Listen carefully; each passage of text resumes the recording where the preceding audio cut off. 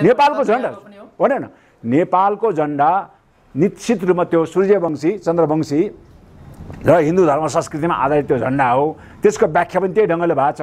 त्यसरी हुनुहुन्न भन्ने हाम्रो मान्यता हो होइन। ठिक छ, अहिले सुन, ठिक छ, मैले भने नि अघि नै भने झन्डादेखि लिएर सिंहदरबारदेखि हाम्रो जस्तो समाज छ अहिले राष्ट्रगीतै फेऱ्यो नि, बहुल जाति भाषा धर्म संस्कृति छन् विशाल अग्रगामी राष्ट्र हाम्रो जय जय नेपाल।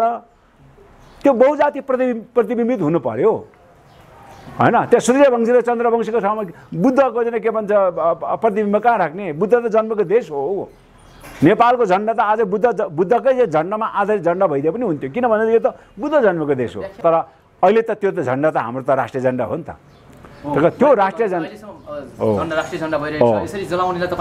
त्यही कारण मैले भन्दछु राष्ट्रियताको सवालमा भने राष्ट्रियतामाथि नै धावा बोल्ने प्रकारले कुनै पनि व्यक्ति अथवा कुनै राजनीतिक पार्टी अथवा कुनै शक्ति अथवा कुनै पनि अन्तर्राष्ट्रिय सङ्गठन यदि लाग्छ भने त्यो हामी घोर निन्दा गर्छौँ, त्यसको घोर भर्त्सना गर्छौँ र त्यस्तो काम तत्काल रोकिनुपर्छ। त्यस्ता खालका मानिसहरूलाई सरकार राज्यले दण्डित पनि गर्नुपर्छ, मलाई लाग्छ दण्डित गर्नुपर्छ। किन भन्दाखेरि होइन भने एउटा भोलि चाहिँ के अरे बुद्धको मूर्ति के अरे अघि भत्काइयो होइन, भत्काइयो किन बुद्धको मूर्ति भत्काउनु जाला? भोलि कसैले भन्दा एउटा हाम्रो सदैवदेखिको सद्भाव बिथोल्ने काम हुन सक्ला। सदैवदेखि हाम्रो बिचको एउटा राष्ट्रिय भावनाले ओतप्रोत हाम्रो चाहिँ राष्ट्रिय चिन्हहरू भोलि एउटा डाँफे मारिदेला होइन। यस्तो खालको कुराहरू हुनुहुन्न। तर फेरि राष्ट्रियताको सवालमा राष्ट्रिय चिन्हहरू चाहिँ निर्माण गर्दा फेरि कसैको धर्म संस्कृति प्रतिकूल हुने गरेर निर्माण गर्छ। जस्तै अहिले हामी गाईलाई राष्ट्रिय चिन्ह बनाइनु हुन्न, किनभने त्यसो गर्दाखेरि नेपालमा चाहिँ मूलतः किराँत धर्मावलम्बीहरूको चाहिँ धर्म संस्कृतिमा त्यो प्रतिकूल असर पार्छ भन्ने कुरा हो। तर अब झन्डाले त त्यस्तो प्रतिकूल असर त पारिराखेको छैन। यद्यपि हाम्रो असहमति त्यो सुधारौँला, तर अहिले त हामीले त्यो त राष्ट्रिय झन्डा त मान्यौँ नि। त्यही कारण त्यसलाई चाहिँ तत्काल त्यस्तो जलाउने काम जस्तो सुकै उद्देश्यले जेसुकै कारणले होस् त्यो गर्नु निन्दनीय छ। त्यस्तो गर्नुहुन्न। त्यस्तो गर्ने मान्छेलाई सरकारले खोजेर दण्डित गर्नुपर्छ। मलाई नेपालमा जातको आधारमा विभेद छ, जातीय विभेद छ, क्षेत्रीय विभेद छ, लङ्गे विभेद छ, वर्गीय विभेद छ। वर्गीय विभेद दुःखको कुरो के भन्नुपर्छ? 250 वर्ष यो देशको शासक सिंहदरबारका प्रधानमन्त्री पहाडे ब्राह्मण भए तापनि अहिले पनि आदिवासी जनजाति भन्दा पनि विपन्न वर्गमा गोरु जोतेका ब्राह्मणहरू छन्। यो देशको लागि त्यो जाति समुदायको एउटा लज्जास्पद कुरा हो।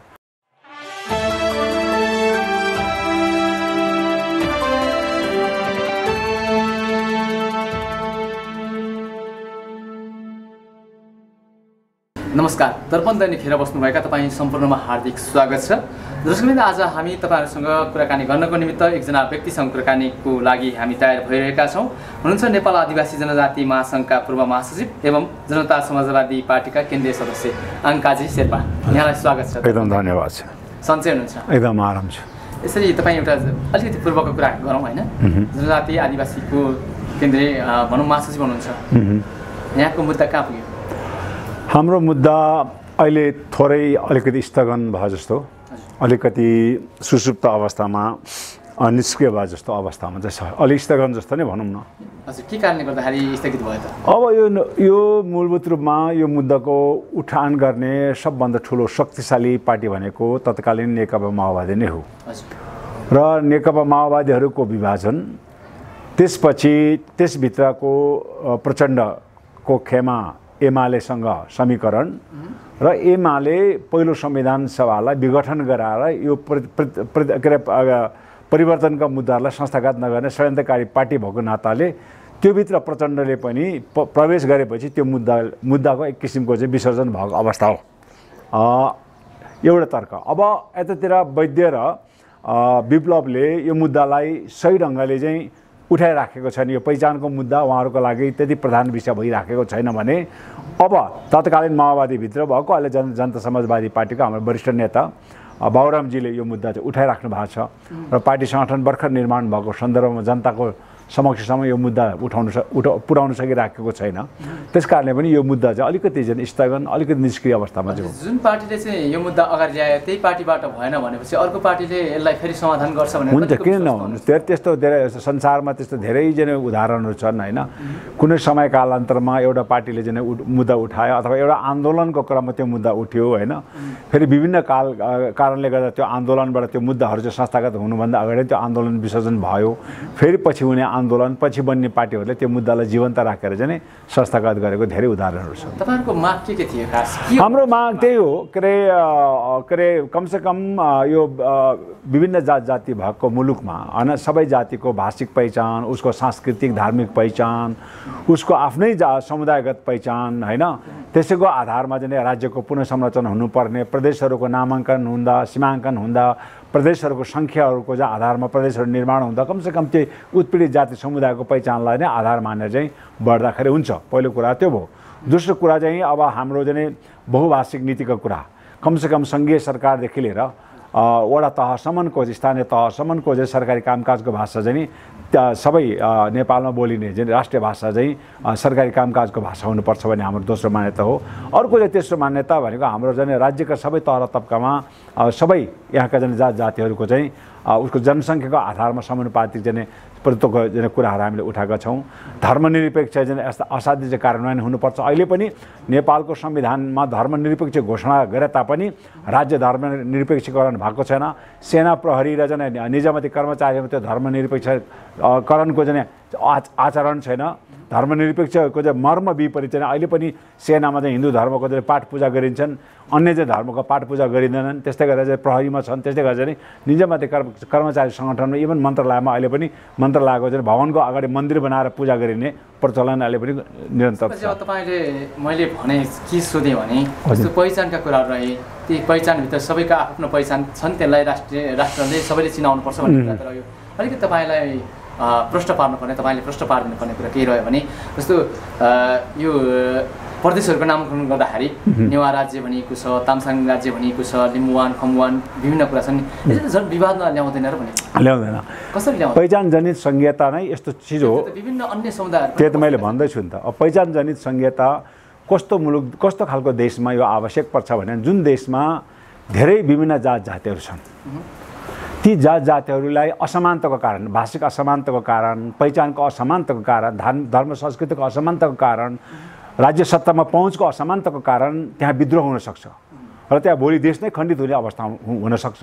त्यस कारण सबै जातिहरूलाई आफू बसेको ठाउँमा स्वशासनको अधिकारसहित उसको पहिचान स्थापित हुन्छ, उसको धर्म संस्कृतिको स्वतन्त्र चाहिँ उपभोग गर्न पाउने अधिकारसहितको चाहिँ अहिले हामीले भनेको चाहिँ लिम्बुवान, किराँत, ताम्सालिङ, मगराज, शेर्पालुङ प्रदेशहरूको हामीले परिकल्पना गर्यौँ। किनभने त्यो तपाईँले भारतमा हेरे हुन्छ होइन, आसामी जातिको पहिचानका आधारमा त्यो प्रदेशको नाम आसाम हुन्छ, नागा जातिहरूको पहिचानका आधारमा नागाल्यान्ड हुन्छ, मराठी भाषा बोल्ने चाहिँ प्रदेशको नाम महाराष्ट्र हुन्छ, गुजराती बोल्ने प्रदेशको नाम गुजरात हुन्छन् भने अनि यहाँ आदिवासी जनजातिहरूको पहिचानको आधारमा, मधेसीहरूको पहिचानको आधारमा, थारूहरूको पहिचानको आधारमा, इभन खस आर्यको पहिचानको आधारमा कमसेकम चाहिँ हामीले 11 प्रदेशको कल्पना गर्यौँ। तपाईँलाई मैले यो विषयमा रोकेँ, पहिचान भएका जातिसँग त सम्बन्धित पनि रहला। कति जातिहरूको राम्रो आफ्नो स्पष्ट पहिचान पनि नबोकेका जातिहरू पनि नेपालमा बसोबास गर्छन्। उनीहरूको लागि त यो फेरि अलिकति कता कता यसो झगडा पर्ने यस्तो यताउता हुने सम्भावना पनि त देखिन्छ नि।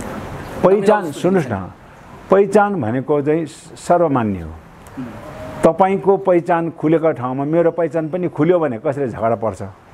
एउटाको पहिचान चाहिँ सिंहदरबारमा स्थापित हुने, एउटाको भाषा चाहिँ बोलिराख्ने, एउटाको धर्म संस्कृति चाहिँ राज्यले मान्ने, अनि अरूको चाहिँ धर्म संस्कृतिलाई चाहिँ अपहेलित अवस्थामा भएपछि अनि त्यहाँ चाहिँ असमानता भएपछि विद्रोह र झै झगडा त्यहाँ हुन्छ। त्यस कारणले सबैको पहिचानलाई सम्मान गर्ने, सबैको धर्म संस्कृति सम्मान गर्ने, सबैको भाषालाई सम्मान गर्ने होइन, यो आधारमा चाहिँ राज्यको संरचना हुँदाखेरि त्यसले चाहिँ अब जहाँसम्म तपाईँले भन्नुभयो जस्तै राउटे कुसुन्डाहरू के होला भन्ने चिन्ता तपाईँको होला।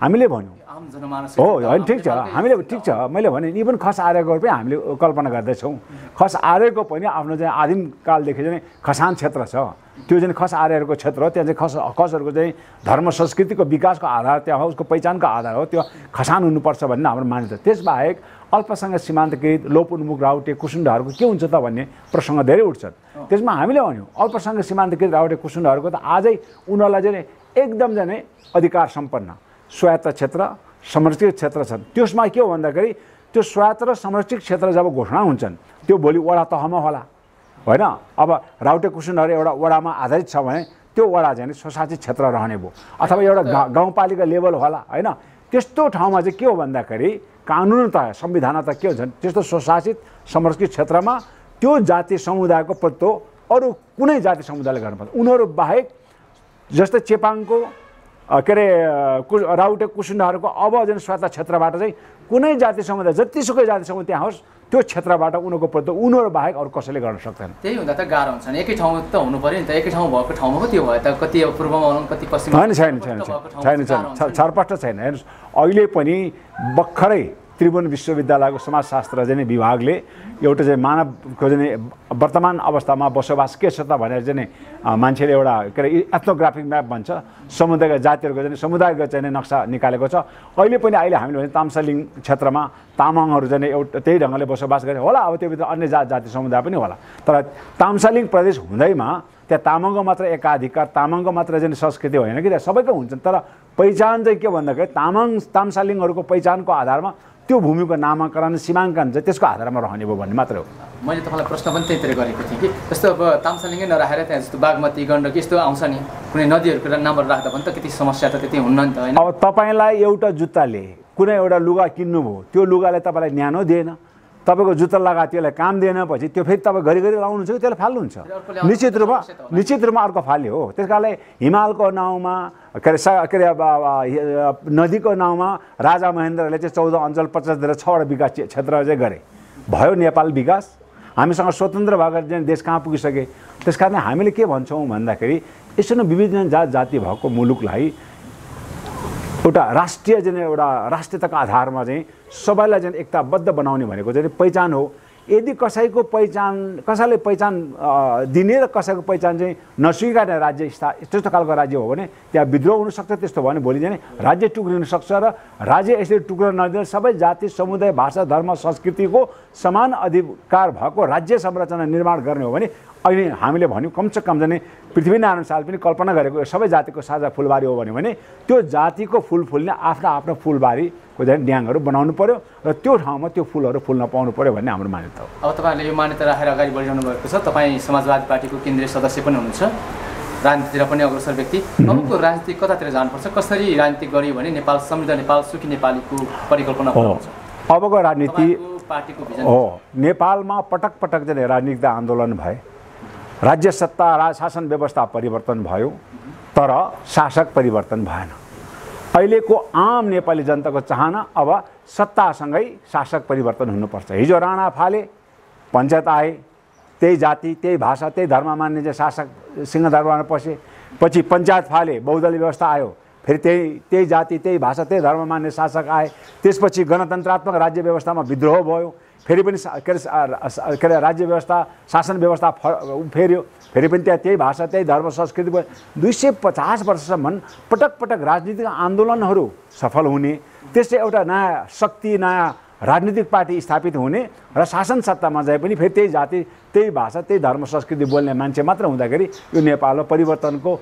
महसुस गर्न सकेन त्यसकारण अबको बाटो भनेको शासन सत्तासँग शासक परिवर्तन पनि हो त्यसकारणले अब हाम्रो पार्टीले चाहिँ यो नेपाललाई समृद्धि सुखी नेपाल बनाउनुको लागि त पहिलो नम्बर 1 त विभेद अन्त गर्न पर्यो नेपालमा वर्तमान अवस्थामा संविधानले नै स्वीकारेको विभेद के हो भने नेपालमा जातको आधारमा विभेद छ जातीय विभेद छ क्षेत्रीय विभेद छ लङ्गे विभेद छ वर्गीय विभेद छ वर्गीय विभेद दुःखको कुरो के भन्नुपर्छ 250 वर्ष यो देशको शासक सिंहदरबारका प्रधानमन्त्री पहाडे ब्राह्मण भए तापनि अहिले पनि आदिवासी जनजाति भन्दा पनि विपन्न वर्गमा गोरु जोतिरहेका ब्राह्मणहरू छन् यो देशको लागि त्यो जाति समुदायको एउटा लज्जास्पद कुरा हो हाम्रो त अहिलेसम्म प्रधानमन्त्री भएन हामीलाई कुनै चिन्ता भएन तर जुन जाति समुदायको देशमा 250 वर्ष पटक पटक प्रधानमन्त्री भए, गन्यो भने झन् 60-70 जना यो देशका प्रधानमन्त्री भए, ती जाति समुदायको अवस्था अहिले पनि उत्पीडित जाति समुदायको भन्दा तल्लो स्तरमा जानु आफैमा त्यो एउटा नैतिक प्रश्न हो। त्यसकारण हामी के चाहन्छौँ भन्दाखेरि शासन व्यवस्थासँगै त्यसको परिवर्तन हो र त्यो विभेदको अन्तको लागि परिकल्पना गरेको हामीले चाहिँ त्यो वर्गीय विभेद अन्तको लागि नेपालको सामाजिक बनावटमा आधारित समाजवाद र यो के अरे जातीय जन विभेद अन्त गर्नको लागि, यो क्षेत्रीय विभेद अन्त गर्नको लागि स्वशासन सहितको, पहिचान सहितको, भाषिक, धार्मिक, सांस्कृतिक समान अधिकार भएको प्रदेशहरूको संरचनाबाट नै यो विभेद अन्त हुन्छ भने हाम्रो चाहिँ राजनीतिक ठहर। यहाँ धेरै अगाडिदेखि पनि लागिरहनु भएको छ, राणा शासन, त्यसरी पञ्चायत राज, बहुदल सबै कुराहरू ढाल्नको लागि कुन समुदायको चाहिँ यहाँ बढी चाहिँ भनौँ योगदान छ, महत्त्वपूर्ण योगदान कसले खेलेको छ र ताकि अरूले खेल्यो भने किन अहिले तपाईँले भने जस्तै विभिन्न शासन तन्त्र फेरिए तर मानिस उही पुग्यो। तपाईँ कल्पना गर्नुहोस्, यो देशमा कम्युनिस्ट पार्टी स्थापना गर्ने हाम्रो जन के अरे पुष्पलाल श्रेष्ठ हुन्, उही देशका आदिवासी नेवार समुदायबाट हुन्। राणा विरुद्धमा लड्ने भनेको त धर्मभक्त माथेमा होइन, शुक्रराज जस्ता चाहिँ यहीँ आदिवासी नेवारहरूले लडे होइन। त्यसकारण नेपालको प्रत्येक राजनीतिक परिवर्तन, चाहे त्यो राणा विरुद्धको आन्दोलन होस्, त्यो पञ्चायत विरुद्धको आन्दोलन होस्, त्यो बहुदलले चाहिँ के अरे व्यवस्थालाई विस्थापित गरेर चाहिँ गणतन्त्रात्मक चाहिँ ल्याउनको लागि 10 वर्ष जनयुद्धको कुरा होस्, ती प्रत्येक आन्दोलनको अग्रपङ्क्तिमा आदिवासी जनजातिहरू छ निश्चित रूपमा। तर दुःखको कुरो के भन्दाखेरि अगाडि ढालको रूपमा उनीहरू प्रयोग गरेको छ। कम्युनिस्टको चाहिँ जनावादी क्रान्ति सफल पार्नको लागि हामी माथि भएको जातीय विभेदको मुद्दालाई चाहिँ मसला बनाएको छ। काङ्ग्रेसको लोकतान्त्रिक प्रजातान्त्रिक आन्दोलन सफल पार्नको लागि हामी माथि भएको भाषिक विभेदका चाहिँ कुराहरू उछालेको छ होइन। अनि मुद्दा हाम्रो उछाल्ने, उसको चाहिँ के अरे आन्दोलनहरू सफल पार्ने, अनि शासन सत्तामा पुगेपछि न हामी त्यहाँ पुग्छौँ न हाम्रो मुद्दा त्यहाँ सम्बोधन हुन्छ। त्यहाँ चाहिँ किन भएन, कसो कमजोरी रह्यो? त्यही त मैले अघि नै भने, हामी यसमा चाहिँ अलिकति चाहिँ हाम्रो पनि कमी कमजोरी होला कि हाम्रो मानसिकतामा शासक हुने मानसिकता भएन। त्यो साङ्लोमा बाँधेको कुकुर कहिले काहीँ चाहिँ मालिकलाई खुसी पारेर छोडिदियो भने पनि त्यो आफूलाई के भाग्नुहुन्छ भने साङ्लोले बाँधेको त्यो ठाउँ छोडेर जान्न के हो। यहाँका उत्पीडित आदिवासी मधेसीहरूमा त्यो विद्रोह भएन। तर एउटा खुसीको कुरा चाहिँ एउटा सन्देश चाहिँ हामीले के दिनुपर्छ भने हिजो पहिलो संविधान सभाको निर्वाचनमा अथवा संविधान सभामा हाम्रो पक्षमा संविधान जारी गर्न र अन्तरिम संविधान जारी गर्दाखेरि एमाले, काङ्ग्रेस र माओवादी जस्ता पार्टीले देखाएको गद्दारी, पार्टीले दिएको धोखालाई आत्मसात गरेर त्यो पार्टीभित्र रहेका मधेसी नेताहरूले त्यो पार्टी परित्याग गरेर उसले आफ्नै पार्टी राजनीतिक सङ्गठन बनाए, जसको कारण अहिले चाहिँ 2 नम्बर प्रदेशमा मधेसीहरू आफ्नै शासन सत्ता सम्हालेर बसिराखेको छ। तर हामी आदिवासी जनजातिहरूमा त्यो चेतना आएन। हामी एमालेको एमालेमा बस्यो, काङ्ग्रेसमा बस्यो, माओवादीको माओवादी। किन भन्दाखेरि त्यो पार्टीभित्र बसेर आफ्नो राजनीतिक स्वार्थ सिद्ध गर्ने हाम्रो मनसा रह्यो। सायद त्यो कारणले पनि अहिले हामी विद्रोह गर्न सक्छौँ। यदि त्यो बेला मधेसीसँग हामीले विद्रोह गरेको भए आज म ठोक्क गरेर भन्छु प्रदेश नम्बर 1, प्रदेश नम्बर 3, प्रदेश नम्बर 4 र प्रदेश नम्बर 5 आदिवासी, यसरी जसरी चाहिँ 2 नम्बर प्रदेशमा मधेसीहरूको चाहिँ एकल शासन सत्ता चाहिँ स्थापित भयो, त्यस्तै गरेर शासन सत्ता यहाँ स्थापित भयो। तर हाम्रो जनजातिहरूमा त्यो राजनीतिक चेतना आउन सकेन, जसको कारण अहिले पनि हामी पार्टीको दास, पार्टीको झोले बनाएर हिजो प्रचण्ड र चाहिँ के भन्छ केपी ओलीको चाहिँ विवादको बिचमा केपी ओली बस्नुपर्छ भनेर कराउने को थियो? पृथ्वी सुब्बा गुरुङ, शेरबहादुर के भन्छ के अरे शेरबहादुर राई, शेरधन राई, अनि भएन हाम्रो चाहिँ के अरे अर्को पनि हुनुहुन्छ के अरे हाम्रो सुभाष नेम्बाङ।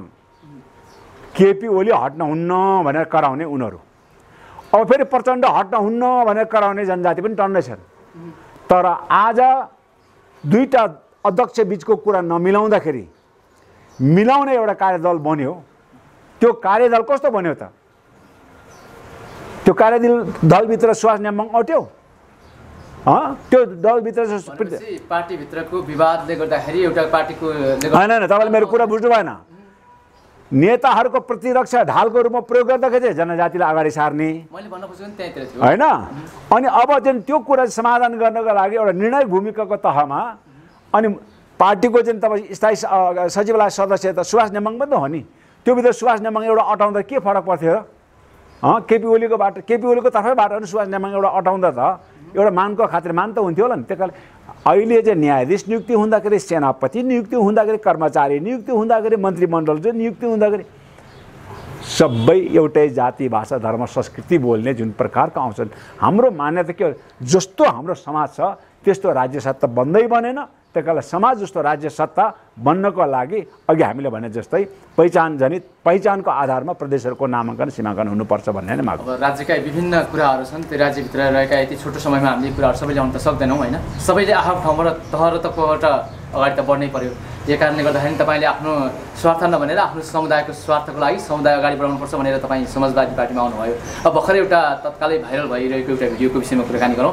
एकजना सम्भवतः मङ्गोलियन समुदायले एउटा नेपालको झन्डा जलाइएको एउटा भिडियो भाइरल भइरहेको छ। यस विषयमा यहाँको धारणा के रहन्छ? होइन, मैले जहाँ राष्ट्रियताको प्रश्नको सवाल उठ्छ होइन, राष्ट्रियताको प्रश्नको सवाल उठ्छ, हामी सबै त्यो सन्दर्भमा हामी एक ढिक्का हुनुपर्छ। आज भारतले हाम्रो नेपाल भूमि अतिक्रमण गर्यो, भोलि चाहे चीनले हाम्रो नेपालको भूमि अतिक्रमण गर्ला, ती भूमिहरू फर्काउने सन्दर्भको कुरा हुन्। ती भूमिमा अतिक्रमण गरेको विरुद्धमा आन्दोलन गर्ने कुरा हुन्। त्यसमा तपाईँ हामीले कुनै पार्टीमा विभाजन नभएर, कुनै जाति समुदायमा विभाजित नभएर हामी एक ढिक्का हुनुपर्छ। तर अहिलेको यो सिंहदरबारमा बस्ने नस्लवादी शासकले के चाहिँ बुझ्नु पर्यो भन्दाखेरि, जबसम्म हाम्रो आन्तरिक राष्ट्र एकता बलियो हुन्न तबसम्म हामी दुश्मनसँग लड्न सक्दैनौँ। तर यहाँका नस्लवादी शासकहरूले आफ्नो मात्रै भाषा धर्म संस्कृतिलाई एकदम जाने एकाधिकार जानेको रूपमा प्रयोग गरेर हाम्रो जाने मधेसी जनजाति दलित मुस्लिमहरूको चाहिँ बिचको एउटा आन्तरिक राष्ट्रिय एकतालाई कमजोर बनाउने र उनीहरूलाई चाहिँ एक प्रकारको चाहिँ हिंसाबोध हुने अवस्था सिर्जना गरे। त्यसको कारणले पनि मानिसहरूमा चाहिँ नि एक किसिमको चाहिँ विद्रोहको भावना छ। त्यही कारण मैले भने नि, भारत जस्तो चाहिँ शक्तिशाली छिमेकी राष्ट्रसँग लड्नको लागि, चीन जस्तो शक्तिशाली छिमेकी राष्ट्रको लागि लड्न त पहिला हाम्रो बिचमा एकता त हुनु पर्यो नि। हाम्रै बिचमा आन्तरिक जाने पार्टी एकता छैन, हाम्रै बिचमा आन्तरिक राष्ट्रिय एकता छैन भने भारत र चीनसँग हामी कसरी लड्न सक्छौँ? त्यो राष्ट्रिय एकता आधार भनेको निश्चित रूपमा सबै भाषा धर्म संस्कृतिलाई जाने समान अधिकार दिनु पर्यो, उसको पहिचानलाई अधिकार दिनु पर्यो। त्यसकारण त्यो झन्डा जुन जलायो, अनि मैले भने नि, अब माने या नमाने त्यो झन्डा ठिक छैन भन्ने कुरा हाम्रो पनि उसको धारणा हो। तर अहिले तत्काल त हामी त्यो झन्डा त हाम्रो राष्ट्रिय झन्डा भन्ने कुरा त स्वीकार्नु पर्यो नि। नेपालको झन्डा होइन, नेपालको झन्डा निश्चित रूपमा त्यो सूर्यवंशी चन्द्रवंशी र हिन्दू धर्म संस्कृतिमा आधारित त्यो झन्डा हो। त्यसको व्याख्या पनि त्यही ढङ्गले भएको छ, त्यसरी हुनुहुन्न भन्ने हाम्रो मान्यता हो होइन। ठिक छ, अहिले सुन, ठिक छ, मैले भने नि अघि नै भने, झन्डादेखि लिएर सिंहदरबारदेखि हाम्रो जस्तो समाज छ, अहिले राष्ट्रगीतै फेऱ्यो नि, बहुल जाति भाषा धर्म संस्कृति छन् विशाल, अग्रगामी राष्ट्र हाम्रो जय जय नेपाल। त्यो बहुजाति प्रतिबिम्बित हुनु पर्यो होइन। त्यो सूर्यवंशी र चन्द्रवंशीको ठाउँमा बुद्धको चाहिँ के भन्छ प्रतिबिम्ब कहाँ राख्ने? बुद्ध त जन्मेको देश हो।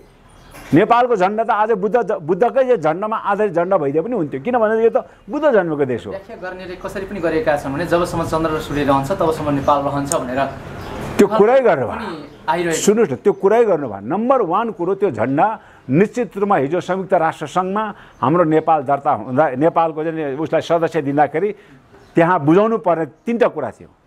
एउटा उसको संविधान, एउटा उसको झन्डा, त्यसपछि उसको लिपि। लिपिमा के बुझाइयो?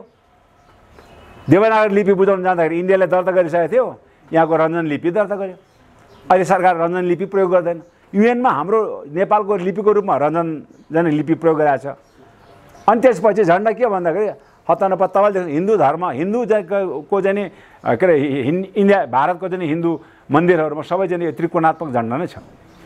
त्यही कारण हामीले के भन्यौँ भन्दाखेरि झन्डाहरू पनि पछिल्लो अवस्थामा माओवादी जनयुद्धकाल अवस्थामा चाहिँ होइन, यो झन्डा पनि परिवर्तन हुनुपर्छ, अथवा झन्डा त्रिकोणात्मक झन्डा परिवर्तन नभए पनि यसको चाहिँ व्याख्या चाहिँ फरक हुनुपर्छ।